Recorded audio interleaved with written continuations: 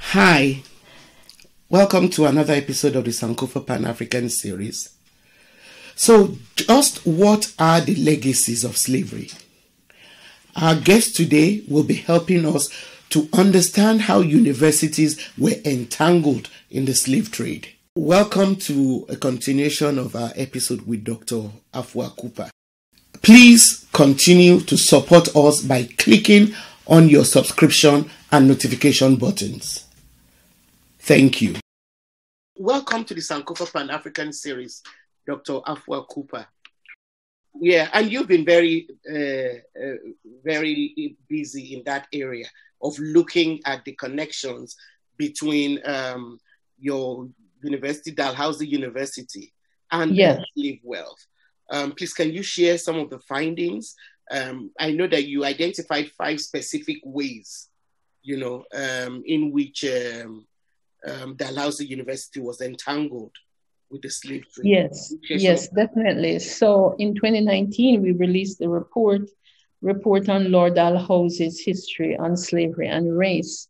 So the university where I teach, which is called Dalhousie University, it was named after Lord Dalhousie, who was the governor of Nova Scotia from 1816 to 1820. He was from Scotland. He was a soldier. He's a veteran of the Napoleonic Wars. He reached the highest rank in the British Army, general. And so after the wars were over, he came to Nova Scotia in 1816 to take up the governorship. And so during that time, the university was founded, and it was named after him. The university was founded in 1818. So both we looked at, I led a team of people in which we looked at the role of the university itself and also the founder of the university. And both of them are called Dalhousie. Dalhousie is the noble name because he's a member of the nobility, the Scottish nobility. So it's their name. You could say his ordinary name was George Ramsay, but his noble name was Dalhousie. I didn't know. Yeah. So, when they enter the peerage, then they get these noble names. So we did this investigation, and there are so many ways that I discovered the university and the man was linked to slavery, and I'll just discuss briefly 5 of these entanglements. And the first is the invasion of Martinique in 1794. In 1794, we have the Napoleonic Wars, the Revolutionary Wars. The French Revolution was going on. The enslaved people in Haiti and Martinique and Guadeloupe and other French colonies also rose up in rebellion against their slave masters and the French colonizers. And so in the Martinicans, they did that. Britain and France was fighting on the continent, but of course the wars spilled over to the Caribbean because that was where most of the colonies were. And these were very rich colonies. Martinique produced so much wealth for France that France valued Martinique more than it valued Canada. And that's why in 1763, France gave up Canada in exchange for Martinique. This was one of the, workings out of the 7 Years' War. So in 1794, Britain invaded Martinique. As I said, the Black Martinicans had risen up. Britain wanted to take over the island and reinstate slavery. Colonel Dalhousie, at the time he was colonel, led the invasion. He was one of the people who led the British invasion of Martinique and reinstated slavery. So there's this man putting down Black freedom, reinstated slavery on the island. A second entanglement was with Lord Dalhousie's relationship with the Black refugees of the War of 1812. Different time period, different context. We are now in North America. The British and the Americans fought the War of 1812. Many African Americans who were enslaved on plantations joined the British standard. And they fought for the British. They became sailors. They were spies. They showed the British how to, come on land and attack the Americans. They promised them freedom if they won. They promised them freedom. They said, when the war ended, you'll be free. And they did evacuate 3,000 to Nova Scotia, 3,000 of the Black refugees who came at the time. Lord Dalhousie arrived in Nova Scotia to become governor. But this man didn't like Black people. Remember, he was in Martinique crushing the freedom movement there. He saw Nova Scotia when he arrived in 1816 as a white man's colony. He said, I don't want these Black people here. I want white settlers to come from Scotland and England and Wales and Ireland and even Germany and Switzerland. I don't want these Black people. So he tried to deport them. And to Trinidad, to Sierra Leone, he even came up with this bizarre idea that he would write to their slave masters in the United States and beg pardon for them, and then they could go back to slavery. So clearly this man was pro-slavery. He wasn't anti-slavery. And when he couldn't get the Black people to Nova Scotia, he basically starved them. Yeah. Because the British Crown, for anyone, any refugee coming in at that time, white, Black, it didn't matter. They were promised 2 years of support, meaning food, seeds, material to make tents, clothing, boots, coats. And he cut their rations. He cut their rations. They were to get how many pounds of beef, how many pounds of flour. He cut it in half. And then he said he would only give rations to people who were industrious. And then and we know this because of the letters he would write to his superiors in London. And then, then he visited one of the settlements of the Black refugees in Preston, and he said, I have to start giving them rations again because they are starving and they will not do well in the winter if they have no food. This is what he wrote in his letter. So we're not making up stories. So he starved the Black refugees when they wouldn't leave, when they wouldn't go willingly to the places he wanted them to go. And eventually 95 of them in 1820 did leave and go to Trinidad. I think they all should have left, actually. But at the same time, I understand their... The set of 30 years before, a whole group left Nova Scotia and went to Sierra Leone. So you can see the habit, you can see the pattern here, which goes back to my first point about the legacies of slavery, is of the unbelonging. You do not belong here. You're not British subjects. We won't honor the promise of the British. And he believed in the ideology of Black inferiority. That's Lord Dalhousie. He said Black people were biologically inferior. So how could you trust a man who, as the governor of a province, who as an official of the British Crown, who was tasked with the responsibility of making sure that the Black refugees were looked after, and his response was to starve them and to insult them? How could you really can't trust such a person and his associates to do good on behalf of the Black people? And I'm thinking, so this university is established. Do you think any Black person gonna be allowed to go to that university? But let's get to the third point, which I talked about, and this was the West India trade. When I talk about the commercial link between the maritime colonies and the Caribbean colonies. So and it was premised on the saltfish and the rum trade, right? So many Halifax merchants and mercantile families made their fortunes from the West Indian trade. Some of them were connected to the university. Some of them were governors of the board, on the board of governors. Some of them were trustees, and not just Dalhousie, but also King's College University, which is a sister school to Dalhousie. You find some of the same people They are on the board of trustees at King's. They are on the board of trustees at Dalhousie. And many of these people were merchants, were very wealthy businessmen who made their fortune out of the slavery system. A fourth way that the university was connected to slavery was a compensation award. Remember, I said after the British government compensated the slave owners. Well, we know that the Johnston Alman family, which is a very prominent family in Nova Scotia. The street is named after one of them. They're a political family, they're a business family, they're a medical family. So many of them became doctors.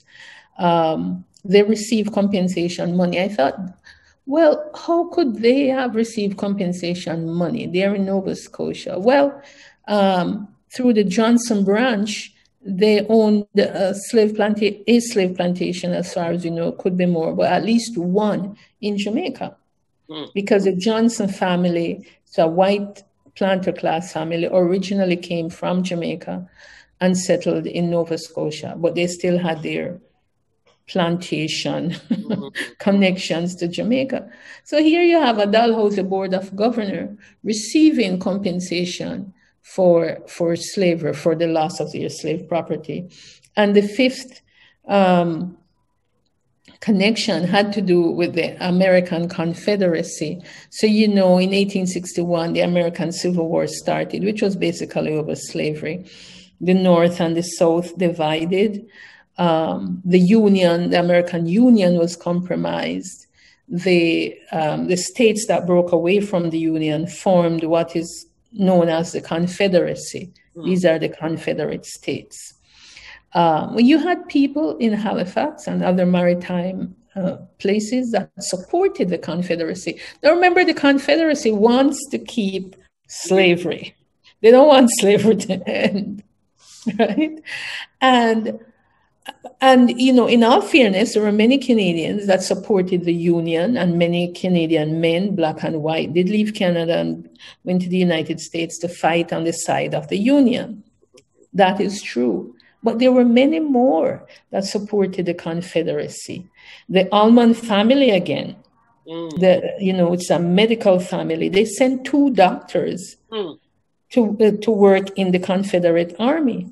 The Alman family, and one of them, who was the first dean for Dalhousie Medical School, he was a very prominent doctor in Halifax. He would keep balls and parties and fundraising events to raise money for the Confederacy, to send it to Robert E. Lee,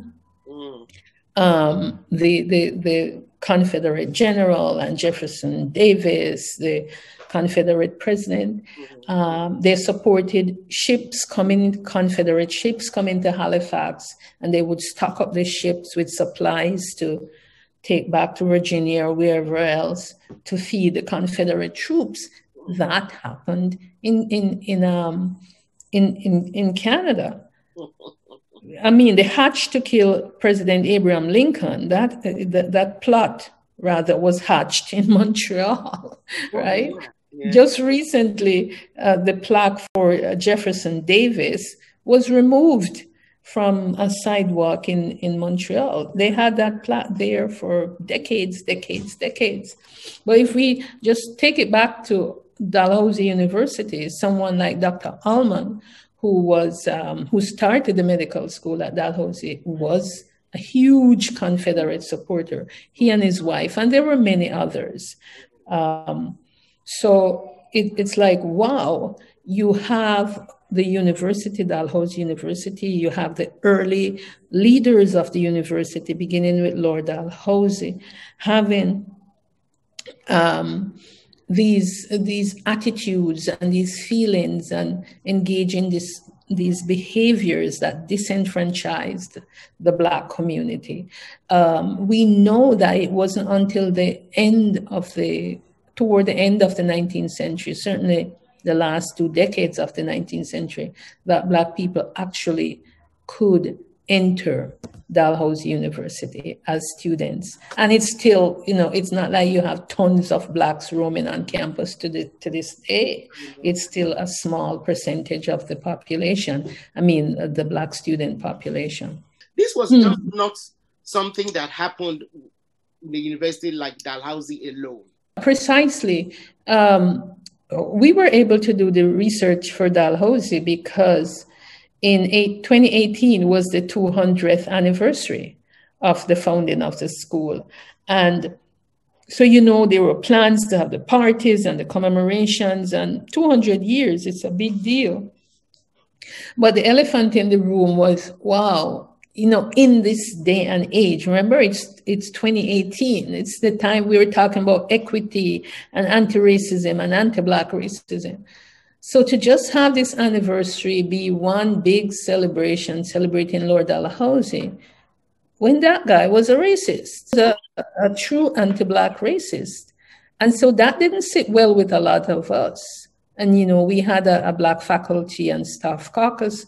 We met with the president and we said, hey, the commemoration is great, but look it, Dalhousie was a racist. As a Black person, I couldn't just sit and participate in this commemoration without saying, this man harmed the Black people.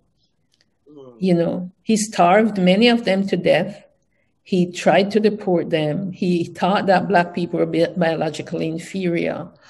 And that was how the president, then Richard Florizone, and the chair of Senate, Kevin Hewitt, approved this inquiry. And, I took on the task. I led the panel that investigated, and I led the research team and subsequently wrote the report. And so that's how it happened at DAL. It was like the stars are aligned. You had the chair of Senate, you had a president who was in favor of it, and you had personnel with the staff or faculty who were ready and willing and able to go. So that was what happened at Dalhousie University. Now, other schools, we have inspired other schools.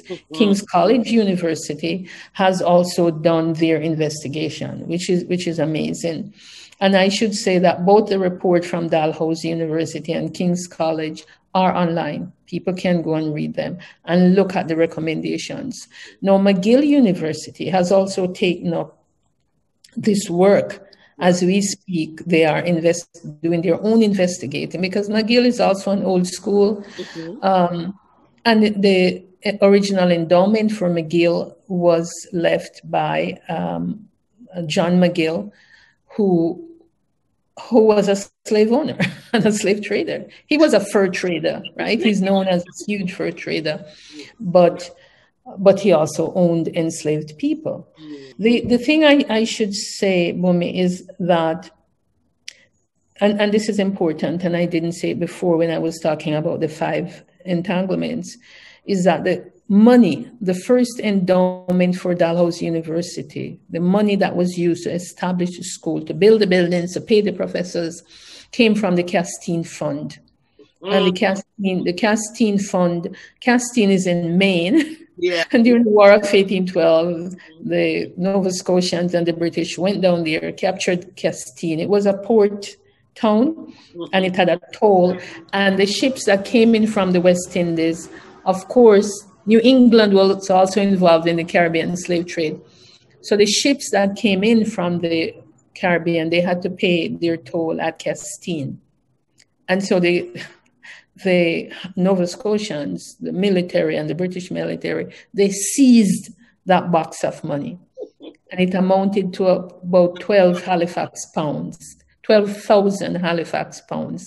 Money was taken back to Nova Scotia. The governor had rights over that money. It was crown money. We think of it, we say it's federal funding, right? It belongs to the federal government.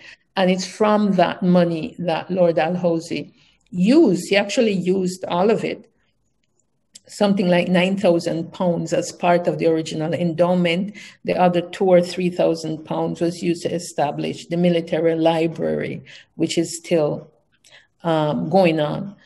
It's still current in Nova Scotia. And then the Nova Scotia legislature also gave Dalhousie University money from the tax fund to expand the university. Now, as I've stated earlier, most of the money that came in from taxes from the ships, that came in. You have to pay the toll, you have to pay tax. Yes, came from the West India trade. So whether it was original endowment or subsequent monies, Dalhousie University got these monies really from the Caribbean, from Caribbean slavery. So that's an important point. In fact, it's a point that we must not lose sight of. Yeah. Because like we said, we've been talking mostly about Dalhousie University, but if you look all around, not just even in North America, all around Europe, you can actually trace, these kinds of connections from slavery, slave wealth, to the endowment of universities. So what can universities, do? What can they begin to do? Well, they can begin to do what the University of Glasgow has done, for example. University of Glasgow, which so many of its founders and benefactors were slave owners and businessmen who got their money from slavery, worked out this memorandum of understanding with the University of the West Indies. And they have committed 20 million pounds, 20 million British pounds to help in things like technology transfer, infrastructure development with the University of the West Indies. So that's one way. I mean, they have done a comprehensive report where they kind of really zeroed in on the money.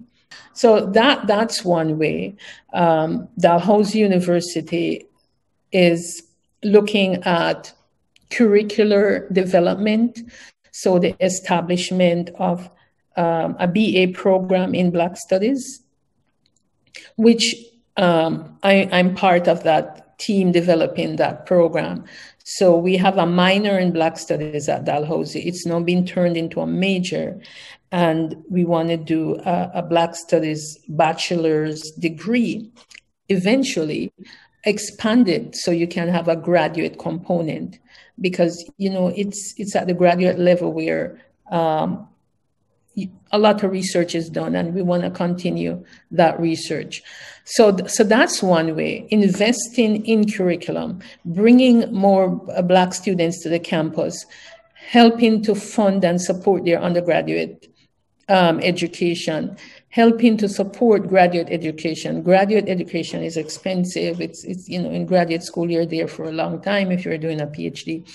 And we just had a whole bunch of scholarships at Dalhousie for Black students, whether they're African Nova Scotian, whether they're African, Caribbean people on campus, whether they're from Africa as international students. We just launched the Sankofa scholarships, which is fantastic. And the initiative or these scholarships came out of the recommendations of the Lord Dalhousie report. We have 13 recommendations there.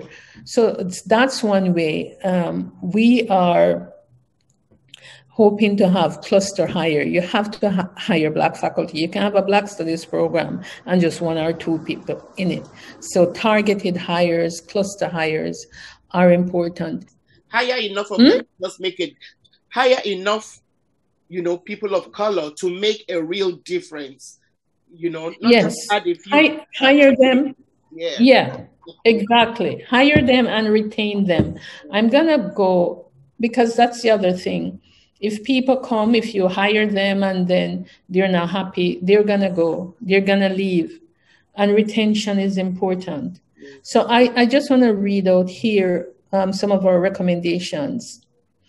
And the first one is important. It says, expressing regret for the institutions and its founders' connection to slavery and anti-Black racism, past and present, and acknowledging the responsibility to take steps against anti-Black racism. When this report was launched in September 2019, the first thing that the acting president did was to issue that apology. Yeah, it's important. The apology was issued, and so that's important. We felt that we couldn't go forward until we got that apology, and we grouped the recommendations under regret and responsibility under these rubrics: regret and responsibility, recognition, repair, and repair. And we're talking about reparatory justice. So not just reparations as a word, but reparatory justice, to establish an institute for the study of slavery and abolition. And, you know, like I said, the report is on the website, so people can go read the report and make themselves familiar with our recommendations. We also talk about linking institutions of higher learning in the West Indies to Nova Scotia, skills transfer, infrastructure development, so on and so forth. Because we recognize that we've talked about throughout the report that Nova Scotia got its wealth really from the West Indies. And so Dalhousie University, the province of Nova Scotia, the government of Canada really owes these Caribbean countries a debt of gratitude, and more than lip service. Oh, we're sorry. That's fine. That's the beginning, but they have to come up. They have to deal it in a real, concrete, material way. And yeah, I'll just read this part. It says, establish memoranda of understanding with post-secondary institutions in the Caribbean to engage in research of mutual interest and, as appropriate, and as reparations to help them build capacity. Provide funding to support these links. Support and promote research on health challenges that disproportionately affect Black community. So our recommendations were well thought out. They're are very comprehensive.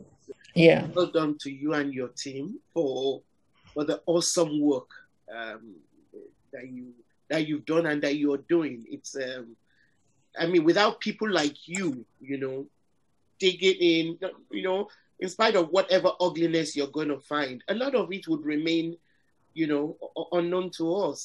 No, and this is a way that these stories were made to be invisible, because they are not in the history books. The white story, whether it's French or British, keeps being repeated over and over and over again. The last segregated school in Nova Scotia closed in the 1990s. In Ontario, it was 1964. So, and we haven't even talked about slavery itself in Canada or in Nova Scotia, which was for the longest while was a dominant condition of Black people in the province. We touched on the connection to slavery in the West Indies.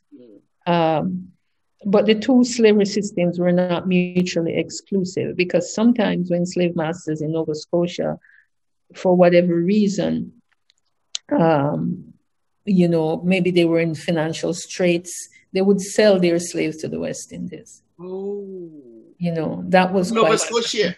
Yes, or they would sell them to the American South. Wow. So that's for another time. Yes, that's really news to me. Yeah. Yeah. Well, I really look forward to having you back, not just for you to continue to tell us more of your findings with regard to slavery, but have you back as a poet, as a creative writer. I really look forward to having you back again. For sure. Thank you. Yeah, thank you very much. Thank you for the opportunity. Thank you. Thank you very much for watching this episode of the Sankofa Pan-African series. So, do you think more universities should be made accountable for their role in slave trade and for benefiting from slave trading and wealth acquired from slave trade? Please share your opinion on our community page and do give us a thumbs up, and feel free to share our videos. Thank you.